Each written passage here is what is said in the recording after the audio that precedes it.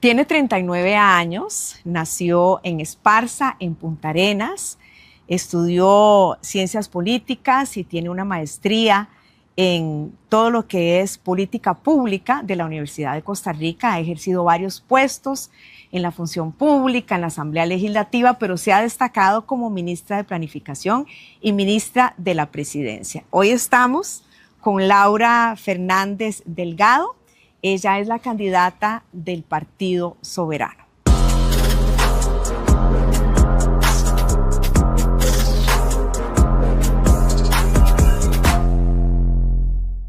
Qué bueno, muchas gracias por aceptar esta entrevista. Al contrario, Glenda, muy contenta de tener esta conversación. Soy una gran admiradora de su trayectoria profesional. Ha sido una mujer brillante que ha dejado muy en alto a las mujeres profesionales de este país. Así que contentísima de conocerla y de que tengamos esta conversación. Bueno, muchísimas gracias. Y ahora venía pensando porque todos los días usted vive en Cartago. Sí. Y la oficina acá queda acá por la Sabana, la sede del partido. ¿Cuánto le demora? ¿Cuánto tarda de venir tan lejos? Yo trato siempre de trabajar un rato desde mi casa. Reviso mi correspondencia, firmo documentos, redacto cosas y salgo un poquito ya cuando la presa mayor ha bajado. Tardo como 1 hora o 45 minutos aproximadamente. Y en las noches, normalmente cuando yo salgo ya es un poquito 7:30 de la noche y también ya ha pasado la mayor parte del congestionamiento vial. Entonces como en 1 horita y algo en las noches. Ya me acostumbré también a ese ritmo, así que me agendo muchas reuniones virtuales en el carro. No es de extrañar, a veces doy hasta programas de televisión o de radio y se ve el cinturón donde voy en el carro, pues porque todo el tiempo de la campaña es un tiempo súper corto, bendito, entonces yo en cada momento que puedo, hasta en el carro doy entrevistas. Y medita también, me imagino, viendo las presas y pensando en qué hacer, ¿no? Por supuesto. ¿Qué hacer? Cada vez me decía ayer un analista político, me decía, bueno, muchas empresas están preocupadas porque, por ejemplo, empresas que están en el Coyol, porque cada vez hay más personas que se movilizan en moto y hay más accidentes de parte de sus colaboradores. Mira, ahí es a donde a mí me duele, a propósito de que mencionas la Ruta 1, la que conecta San José con San Ramón. ¿Cómo es posible que esté la solución presentada en la Asamblea Legislativa desde hace un buen tiempo y que todavía los diputados no hayan aprobado para que este gobierno pueda iniciar la construcción de la anhelada ruta que conecta San Ramón con San José para descongestionar? Mientras tanto hay obras importantes como la Radial Coyol, que ya viene hacia adelante, pero es evidente que el país tiene un rezago grande en materia de infraestructura vial. El proyecto del tren, que también ya está construida esa solución, que va a mejorar muchísimo el transporte de trabajadores, de estudiantes, de todo el mundo. Ese proyecto también ya cuenta con el financiamiento, ya fue estructurado adecuadamente y creo que vamos a ir poco a poco poniendo el país al día. La ruta Florencio del Castillo, esa es otra ruta importantísima que está en iniciativa de concesión en este momento y seré yo, con la ayuda de Dios y del pueblo de Costa Rica, pues la que empuje y lleve a buen puerto la ejecución de esos proyectos. Entonces, que están buen puerto adelantados. para todos los que se sienten, no puedo más, ¿verdad? Con el tráfico, hay que ser creativos, ver qué hacemos, pero entonces, si usted llegara a la presidencia, en infraestructura, exactamente, ¿cuál sería el plan? En infraestructura de ejecución. En infraestructura vial. Concretamente, nosotros tenemos que terminar la carretera de San Carlos, donde hay que estar vigilantes que el tramo central y el tramo final se ejecuten adecuadamente. La carretera Florencio del Castillo, que hay una iniciativa en el Consejo Nacional de Concesiones, vital, importantísima. Me interesa también la 4ª etapa de la conexión de Taras-La Lima hacia el Guarco, porque ahí también se está congestionando muchísimo y hay que desarrollar esa obra. Limonal-Barranca tiene que ejecutarse cabalmente. ¿Por qué no se ha podido ejecutar? ¿Cuál de todas las que le estoy diciendo? Bueno, la que más, digamos, por ejemplo, la Ruta 1, a mí me duele muchísimo que en los últimos 2 gobiernos del PAC se hizo un fideicomiso y no se logró ejecutar ni 1 metro de esa carretera. Este gobierno tuvo que disolver ese fideicomiso, empezar de nuevo, ajustar los diseños y ya presentó la solución a la Asamblea Legislativa. Sin embargo, la Asamblea, bueno, usted conoce los tiempos, lo que es urgente para la gente no necesariamente es urgente para los diputados, tristemente. Buena parte de mi anhelo de tener una mayoría de 40 diputados en la Asamblea es para acelerar ese tipo de cosas. Ahí está ya la solución para construir esa carretera como debe ser. Es una prioridad que yo tengo para el próximo gobierno, ejecutarla adecuadamente sin atrasos. Yo vivo en Cartago, usted lo decía ahorita, los atrasos que ha tenido. Cuando nosotros empezamos esta administración, los pasos a desnivel de Tara, La Lima, todo esto estaba casi que todos los días los cartagineses pasábamos por ahí, veíamos la ruta llena de conos, no veíamos una sola maquinaria, un solo peón de construcción y bueno, ya por dicha se inauguraron las partes principales de esa ruta y creo que ese es el camino correcto. Entender que la obra vial es prácticamente una emergencia nacional, que tiene que dársele toda prioridad. En este momento hay más de 700 millones de dólares en diferentes etapas de licitación de obras públicas en un montón de campos donde el país tenía un gran rezago. Puentes, infraestructura vial, centros educativos que se caían a pedazos, órdenes sanitarias en un montón de escuelas de Costa Rica y bueno, poco a poco, con un gran esfuerzo, se va sacando todo esto adelante, recordando que el país es hasta ahorita que empieza a sacar un poquito la nariz del agua de la enorme crisis financiera en la que lamentablemente quedamos. Un dato que me parece importante compartir con todo el público que nos ve es el tema del compromiso de la deuda. Para que se hagan una idea, en el año 2022, cuando esta administración inició, del presupuesto anual del gobierno, el 47% se usaba para pagar el servicio de la deuda. Lo que quedaba para pagar todo lo demás. Gasto corriente, salarios, inversiones en todo, en educación, en salud, en seguridad.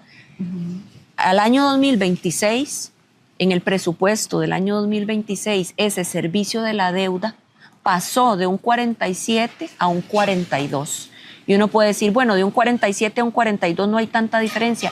Es una enorme diferencia, porque eso significa que empieza a quedarnos un poquito más de dinero del presupuesto nacional para invertirlo en obras viales, en educación. Gracias a ese enorme esfuerzo por estabilizar al país, en el presupuesto de este año 2026 se pudo hacer un incremento de más de 30.000 millones de colones para seguridad. Para seguridad, pero sin más embargo... Más de 100.000 en educación. Sin embargo, y doña Laura, le corresponde a usted, ¿verdad?, poner la cara porque es la continuidad es el partido que representa el gobierno actual. Entonces, pues hay muchas preguntas y una de ellas, ¿qué pasó con la seguridad en nuestro país? ¿Por qué estamos en esta etapa de que hay niños aquí nomás en un barrio de Atillo? Me contaba una maestra que llegó con una bala porque su mamá es la que esconde las balas en ese barrio. ¿Qué pasó? ¿Por qué somos el segundo país más peligroso, verdad? ¿Y por qué no han podido ustedes pararlo? Eso de que somos el segundo país más peligroso, no sé. De Centroamérica. Ah, ok. De Centroamérica. Ahora, a mí me duele infinitamente. Me duele cada vida que hemos perdido. Me duele cada niño que ve truncado su futuro por la violencia. La violencia es lo peor que nos puede pasar en nuestra sociedad. Una sociedad donde la gente tiene miedo, tiene temor, donde la vida pierde el valor que tiene. Yo, que soy mamá, mire, a mí me desgarra cada vez que pienso en una madre que pierde un hijo víctima de la violencia. Ahora, usted bien lo dice, ¿qué nos pasó? Tuvimos un repunte de la criminalidad en toda la región. Tuvimos, lamentablemente, 8 años que antecedieron a este gobierno donde ni siquiera tuvimos política nacional de seguridad. La dejaron vencer y ni siquiera la renovaron. Tuvimos también en los últimos años, antes de que entrara este gobierno, se cerraron más de 1.400 plazas de policías y no se nos volvieron a nombrar. Tristemente, los gobiernos anteriores no quisieron colocar escáneres en los puertos. Nos convertimos en un paraíso para la exportación de cocaína. Durante esos gobiernos, Costa Rica aparecía en los índices internacionales como el segundo reexportador de cocaína a nivel mundial. Y bueno, poner al país, sacar a Costa Rica adelante de toda esa situación que se nos vino encima y que como una gran olla de presión fue acumulando y acumulando hasta que nos explotó y nos reventó en la cara. Para peores, una decisión terrible, el Ministerio de Seguridad metido en la regla fiscal por la crisis económica que no le permitió invertir en más cosas donde era evidente que se necesitaba. Pero ustedes desde Casa Presidencial, viendo todo esto que ha estado pasando, ¿cómo se han sentido de no poder controlarlo? En realidad nos hemos sentido muy comprometidos, con mucho valor. Yo era miembro del Consejo Nacional de Seguridad, porque los ministros de la presidencia manejamos cuerpos policiales, algunos de ellos. Y desde ahí tomamos varias acciones. Voy a mencionarle algunas. Una estrategia para construir la política de seguridad. Y ahora sí, cuáles van a ser las tareas de cada una de las instituciones, con qué dinero se van a ejecutar, quiénes son los responsables. Eso se elaboró.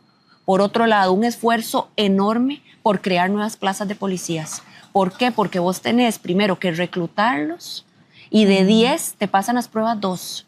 Después tienen que estar un año en formación en la Academia Nacional de Policías. Los 2.500 nuevos policías que puso este gobierno ya, gracias a Dios, en las calles, pasaron por todo ese proceso desde reclutarlos, capacitarlos y que puedan ir a prestar el servicio a los costarricenses.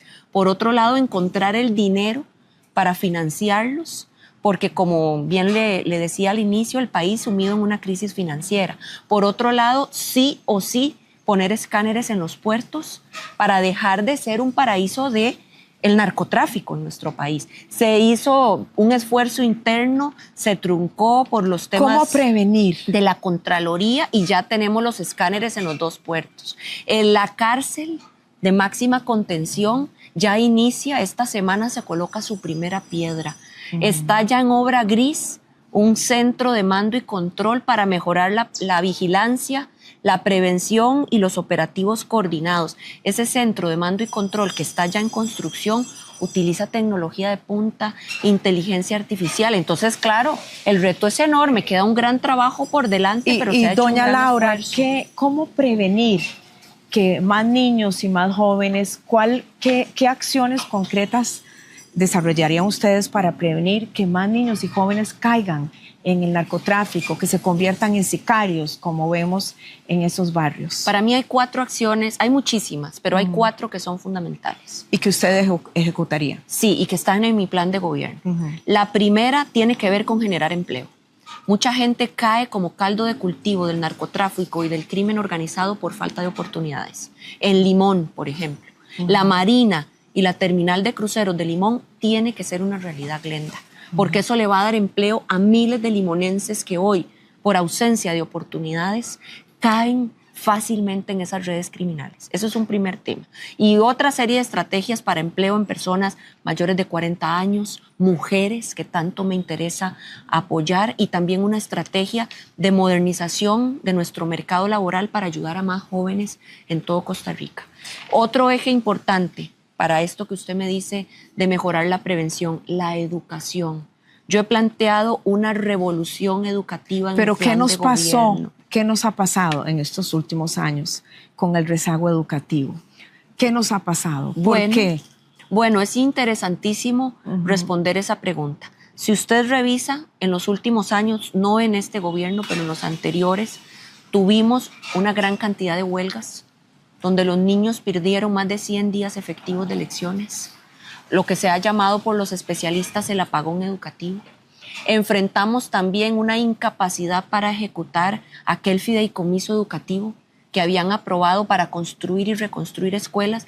No se logró llevar exitosamente en los gobiernos anteriores y eso nos llevó a tener una gran crisis en la infraestructura educativa que estamos resolviendo ahora con un gran esfuerzo. ¿Qué acciones concretas, ¿no, para generar esperanza harían ustedes? Bueno, yo seguiré primero con una reforma curricular. ¿Y a qué me refiero en eso? La robótica. las ciencias, las tecnologías, las matemáticas tienen que incorporarse en los planes de estudio de los niños y de los jóvenes. Estoy comprometida también con revisar los programas académicos y técnicos de los colegios técnico-profesionales. Muchos se nos quedaron dando secretariado ejecutivo y carreras técnicas que no tienen mercado. Ahí hay que poner el dedo en la llaga y quiero además transformar al menos 50 colegios académicos en colegios técnico-profesionales y de la mano construir 10 colegios científicos. Este gobierno pudo construir 5 nuevos, pero hacer 10 en regiones periféricas de la gran área metropolitana puede abrir muchísimas puertas y despertar vocaciones científicas y tecnológicas. Los maestros. Yo creo enormemente en los maestros. Soy hija de una educadora pensionada del Magisterio Nacional.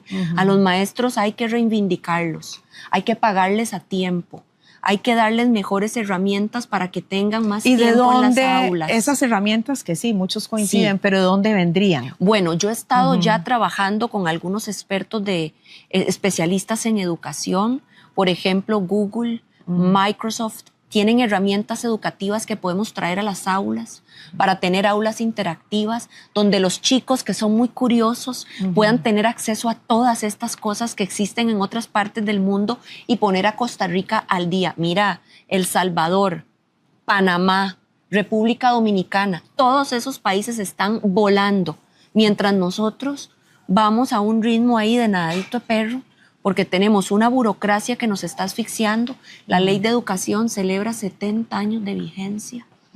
Esa ley definitivamente hay que revisarla. Ahora, doña Laura, antes de ir a las preguntas que nos han enviado muchos de ustedes en nuestras redes sociales, lo cual agradecemos, ¿cómo lograr consensos? Porque eso ha sido tan difícil en estos 4 años, ha sido tan difícil. Y usted misma lo sabe porque lo ha experimentado en carne propia como ministra de la presidencia y en diferentes puestos. ¿Cuál es su plan para, si por ejemplo no lograra los 40 diputados que si usted llegara a la presidencia, ¿verdad? En ese caso, ¿cómo lograr poder tener esa mejoría en la comunicación con las fuerzas opositoras para poder lograr acuerdos? Claro, en el próximo mes de mayo se renueva la Asamblea Legislativa. Y yo creo que parte de esa renovación va a hacer que nuevas camadas de diputados de diferentes partidos políticos, que es lo obvio que sucede en las elecciones, hay más de 20 partidos participando en esta contienda electoral, pero yo creo que de la experiencia uno aprende.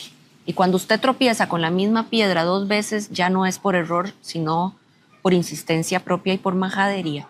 Yo creo que esta Asamblea Legislativa, de esta Asamblea, si algo vamos a aprender, es que trabajar en equipo con el gobierno, apoyar proyectos del gobierno, lejos de ser una muestra de debilidad o bloquear por bloquear cosas, como esto que te decía de la carretera San José-San Ramón, tan urgente. Entonces yo pienso que en la próxima Asamblea va a haber un mejor espíritu de colaboración por parte de las diferentes bancadas.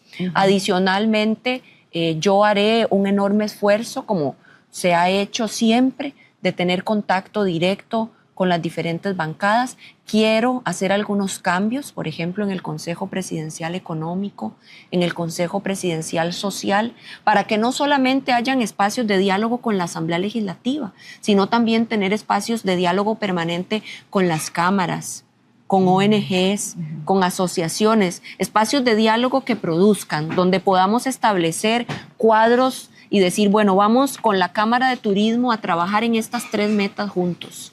¿Quién lo va a hacer? ¿Cómo lo vamos a hacer? ¿Qué recursos necesitamos? Yo creo muchísimo en eso. Por eso soy especialista en políticas públicas y gobernabilidad democrática, en construir soluciones a los problemas, no solo desde la burocracia, sino con mucha gente que pueda conducirnos al mejor uso de los recursos y a poner el dedo en la llaga de los problemas públicos. Nos pregunta María Cristina Campos, y muchísimas gracias a todos los que han estado enviando sus preguntas. Se nos ha ido muy rápido esta conversación. Sí. Dice, sobre el futuro de la caja, es una emergencia nacional, es como una epidemia, la gente se está muriendo. Por la lista de espera, la vida y la salud están primero. Muchas gracias, doña María Cristina Campos, que pregunta. Es una de las principales preocupaciones de los costarricenses. Yo creo que tenemos que cambiar el modelo de gobernanza de la caja. Y hay un montón de cosas que en paralelo pero eso ir lleva haciendo. todo un proceso que Sí. en este mismo periodo Sí. pues ha habido muchos desafíos. Sí. Entonces, ¿cómo lograrlo? Claro. Porque una cosa, digamos, es la idea, cómo Claro. saber que se puede concretar. Claro. Hay que obviamente llevar adelante construcción de más infraestructura, mejorar la dotación de especialistas, apuntar a la telemedicina para inteligencia artificial en diagnósticos, mejorar el perfil de los médicos para que puedan desenvolverse en más cosas que ahorita están un poco amarrados algunos de ellos. Todo eso son acciones importantes que vamos a hacer. Pero como dicen en Esparza, Glenda, hay que irse a la raíz del cacho del problema. Hablemos de la junta directiva de la Caja. Porque cuando hay listas de espera, cuando algo sale mal, la culpa es del presidente de la República. Y la verdad de los hechos es que el presidente de la República solo nombra al presidente ejecutivo de la Caja. Todas las decisiones trascendentales tienen que ser tomadas por una junta, donde la dieta por sesión es de 47,000 colones. Donde usted responde en lo civil, en lo penal, en lo administrativo, con su propio patrimonio. ¿Y qué puede cambiar en un eventual gobierno suyo? ¿Qué puede cambiar y por qué no se ha logrado Yo antes? creo que la junta directiva de la Caja tiene que estar integrada por CEOs, por gente del más alto nivel que esté capacitada en tecnología para el servicio de salud, gente que te entienda un estudio actuarial. Si en la Caja también ven nuestras pensiones, gente que esté bien remunerada, que no le tenga miedo a la toma de decisiones, porque vos vas a estas juntas con esa dieta, con ese nivel de responsabilidad, con unos requisitos que no son los que Costa Rica necesita. Ahí yo quiero tener un cuerpo de inteligencia estratégica al frente de la institución más poderosa de todo Centroamérica presupuestariamente hablando. Hay que rescatar a la Caja. Y sí, podemos plantear soluciones y demás, pero si los que tienen que decidirlas, que son esa junta directiva, no están bien remunerados y no son personas de una estatura técnica para conducir a la institución, nosotros vamos a seguir arrastrando este problema por décadas. Ese es el principal problema que yo veo en la Caja, por eso le pido a Dios y al pueblo de Costa Rica el apoyo para ganar en primera ronda y hacerlo con el instrumento, con 40 diputados. Hemos alcanzado cosas buenas, cosas importantes para Costa Rica con solo 8 diputados. Imagínense lo que podemos hacer con 40. Así que pues ese es el llamado. Bueno, vamos a pasar un poquito a conocer más a Laura persona. Estamos viendo Laura candidata, que por cierto, ayer hablando con un politólogo que la conoce bien, dice, está haciendo bien su rol de candidata. Muchas gracias. Me dijo, pues que la conoce bien, dice, muy trabajadora y dice, muy inteligente. ¿Cuál ha sido para Laura el momento más difícil en su vida? El momento más difícil en mi vida fue cuando me dijeron en el Hospital Max Peralta de Cartago que me tenían que internar porque estaba frente al riesgo de un aborto espontáneo de mi hija Fernanda. Ese ha sido para mí el momento más difícil de mi vida. Creo que hubo otro que está muy parejo, y fue cuando diagnosticaron a mi mamá de cáncer de mama en etapa 3. Y tuve, bueno, gracias a Dios y a lo valiente que es mi madre, logramos salir adelante, pero la tuve que acompañar en su cirugía, en su quimioterapia, en la bomba de cobalto, en un proceso de enfrentarse a la muerte con una enfermedad tan dura como el cáncer. Entonces, esas dos experiencias en mi vida han sido las dos fuertes. Y bueno, con la ayuda de Dios, soy una persona, por eso siempre lo digo, me agarro durísimo de la mano de Dios ante los desafíos. Y bueno, hemos salido adelante. Gracias por compartir esto, desafíos diarios, porque yo no me puedo imaginar, doña Laura, lo que es el estrés político en el que se vive, especialmente en estos últimos días, lo que se comenta, lo que se publica, las noticias que son falsas, las críticas. ¿Cómo maneja el estrés político? ¿Quién es su mano derecha?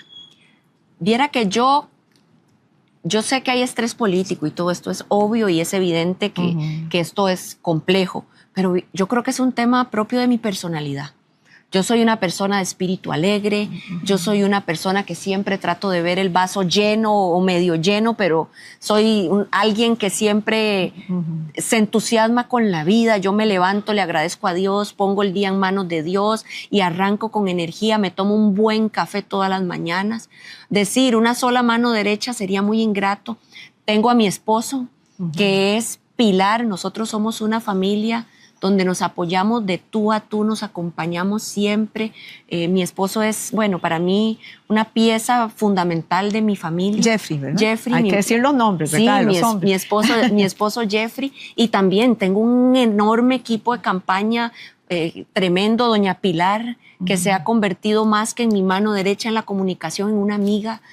Doña Pilar y yo nos reímos de lo que me pasa, Laura, tal cosa que esto. La considero también una pieza fundamental en todo este proceso. Y controversial también. Claro, controversial. pero también una mujer que es una muestra de fuerza, de valentía. Doña Pilar es ya una adulta mayor. Yo a veces llegaba, Glenda, literalmente aporreada de las giras, porque habíamos ido a Limón y habíamos ido a Talamanca, Pocosí, a Siquirres, a Guásimo, a Matín, y doña Pilar conmigo a la par. Y yo decía, qué bárbara doña Pilar, qué energía, qué amor por Costa Rica. En la campaña también mis candidatos a la vicepresidencia, Francisco y Douglas, dos hombres que tienen un corazón enorme, gigantesco. Marcos Borges, el gerente de campaña, don Freddy González, o sea, sería ingrata, don Carlos Valenciano, que nos ayuda con fondos a levantar recursos. Que ya no está.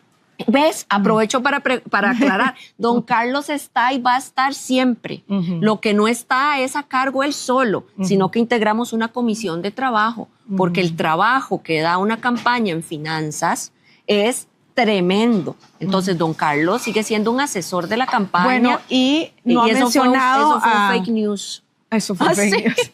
Bueno, gracias por aclararlo. Claro. Y don Rodrigo, ¿qué rol tendría en un eventual gobierno suyo? Vea, don Rodrigo va a tener el rol que él me acepte tener. Yo quisiera ¿Pero cuál lista? ¿Le tiene lista? Sí, yo le tengo lista. ¿Cuál es esa lista? A mí me encantaría que don Rodrigo sea ministro de la presidencia. O me encantaría que sea ministro de Hacienda otra vez, porque es un hombre brillante. ¿Y ya lo han conversado? No, no lo hemos conversado. Pero porque para ministro de la presidencia, pero es muy peleón. Don Rodrigo es muy vehemente. Es una persona que no sabe disimular. Es un mal... No aguanta. Don Rodrigo, vea, es que, Glenda, cuando a mí me prohibieron hacer el proyecto Ciudad Gobierno, un proyecto que yo sé que nos ahorraría 30,000 millones de colones que podemos invertir en educación, en seguridad. Mire, usted no sabe lo que uno se siente por dentro cuando uno lo que está haciendo es luchando por el pueblo. ¿Y tiene de Costa esperanza Rica. de que pueda seguir con eso? Claro, como que me llamo Laura, Glenda, Ciudad Gobierno lo hacemos. Por una palabra de más, una palabra de menos que la Contraloría quiere que esté en una ley. En lugar de buscar una alternativa para sacarlo adelante, bloqueo. Lo mismo la Marina, lo mismo Crucitas. Pero bueno, Entonces, la interrumpí, me estaba contando. Sí. Entonces, don Rodrigo es una persona maravillosa. Yo lo aprecio en lo personal, es un gran amigo, pero más que eso, es un gran enamorado de Costa Rica. Don Rodrigo tiene un inmenso amor por este país. Entonces, ¿tendría empleo en el próximo gobierno? Si él quiere tenerlo, lo tendría. Y si no quiere tenerlo, al menos yo espero poder almorzar con él para... Pero lo han conversado. Informalmente, por supuesto que lo hemos conversado, que él se mantenga como una persona cercana, igual que doña Pilar. Doña Pilar me dice, Laura, yo me quiero ir a ver pájaros, porque a ella le encanta disfrutar también, porque ya de ella, de don Edgar, su esposo, o sea, yo este ritmo de la asamblea, yo no lo quiero seguir teniendo, pero por supuesto que yo espero que los dos estén a mi lado, porque son dos personas que le hacen bien a Costa Rica, que conocen a Costa Rica, que tienen mucho que darle a Costa Rica. Don Rodrigo técnicamente es un hombre brillante, un economista brillante con una trayectoria impecable. Doña Pilar, ni para qué tonta sería yo de que gente muy buena no pueda formar parte del gobierno o no pueda ser una consejera de Zapote. Muy, muy, muy equivocado está el que crea que uno puede ser presidente de Costa Rica. Bueno, y están en una solitario. posición entre que los aman, los que lo aman y otros que no, ¿verdad? Que están en el otro extremo. Lo bueno es, parte que de la política. Según las encuestas, nos aman entre un 60 y un 70. Y los otros ni nos aman ni nos odian y otro poquito pues ¿Tiene sí. mariposas en el estómago para el 1 de febrero? Tengo mariposas en el corazón, más que en el estómago. Estoy en unos días muy emocionales, donde fíjate que me tiene conmovida el cariño de la gente. Yo camino aquí al supermercado que queda a 2 cuadras, la gente para el carro para abrazarme, para bendecirme, para desearme buena suerte. Hay señoras que me escriben que me están dedicando una novena, gente que me dice que pagó una promesa, viejitas que yo ni conozco que me mandan pan casero. Una señora aquí a 2 cuadras me vino un día de estos a tocar aquí el portón a dejarme una bolsa de limones del árbol de su papá. Eso no tiene precio. La gente cuando me ve me dice, Laura, yo tengo esperanza en usted. ¿Y qué les dice a los muchos jóvenes también que no creen en la política, que dicen esto es bla, bla, bla, que no creen en usted tampoco? ¿Qué les dice? Que mi interés por ser presidente de Costa Rica es hacer bien las cosas. Yo quiero trabajar bien.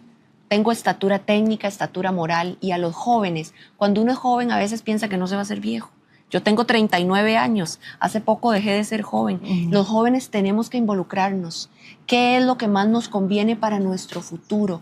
¿Quién tiene una propuesta seria para seguir generando empleo, oportunidades, vivienda para los jóvenes? Yo diseñé una estrategia que está en mi plan de gobierno, el empuje a zonas francas, recuperar el INA, para que los jóvenes ya no tengan que ir presencialmente y el INA tenga aulas virtuales, donde si los muchachos se quieren conectar a las 10 de la noche, 2 horas, lo puedan hacer porque esa es la hora que les conviene, no como ahora donde la presencialidad le mata la oportunidad a un montón de gente. Así que yo los invito a que me conozcan más, que conozcan mi trayectoria y que también conozcan todo lo maravilloso que es Costa Rica y todo lo que podemos hacer unidos por este país. Laura Fernández Delgado, muchas gracias por este rato que hemos querido, apenas como una pincelada, ¿no? Sí. De conocer un poquito también los planes y a Laura persona. Muchas gracias especialmente a todos ustedes. De manera muy respetuosa los invitamos a enviar sus comentarios y sus reflexiones y por supuesto un llamado a que ustedes, aquí tienen otra opción, puedan decidir tomar esa decisión para el próximo 1 de febrero. Soy Glenda Umaña. Muchísimas gracias.